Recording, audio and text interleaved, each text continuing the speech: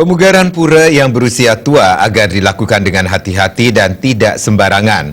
Jika dilakukan dengan tidak hati-hati, maka upaya pemugaran pura justru akan merusak bukti sejarah warisan leluhur.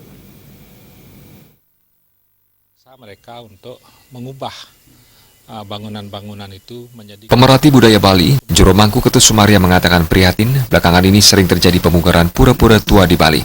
Pura yang ada sebelumnya dipugar dan diganti dengan bangunan yang lebih megah. Meski bertujuan baik, namun pemugaran pura harus dilakukan dengan hati-hati. Sebaiknya sebelum dipugar harus lebih dahulu berkonsultasi dengan ahlinya. Menurut Juru Mangku Ketut Sumaria, yang lebih tepat dilakukan dengan restorasi dengan mengembalikan pura ke bentuk aslinya, bukan renovasi menyeluruh dengan berubah bentuk fisik.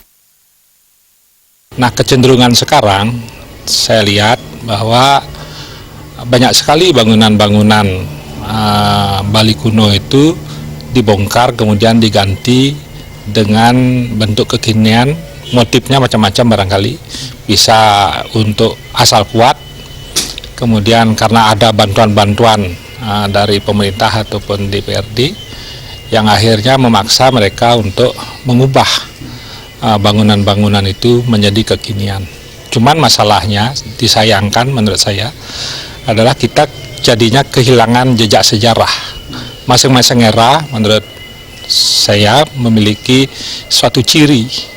Misalnya Mangku Ketut Sumaria menambahkan, ribuan pura di Bali tidak hanya difungsikan sebagai tempat persembahyangan umat Hindu, tetapi juga menyimpan nilai sejarah di masa lalu. Jika pura lama dipugar dan diganti, nilai sejarah dari segi agama, seni, dan budaya akan hilang. Akibatnya, generasi penerus tidak lagi bisa menikmati kembali pura lama atau kuno dengan ciri khas dan keunikan ukirannya tersendiri sebagai sebuah karya seni dari para leluhur. Suparyana dan Artaya, Bali TV.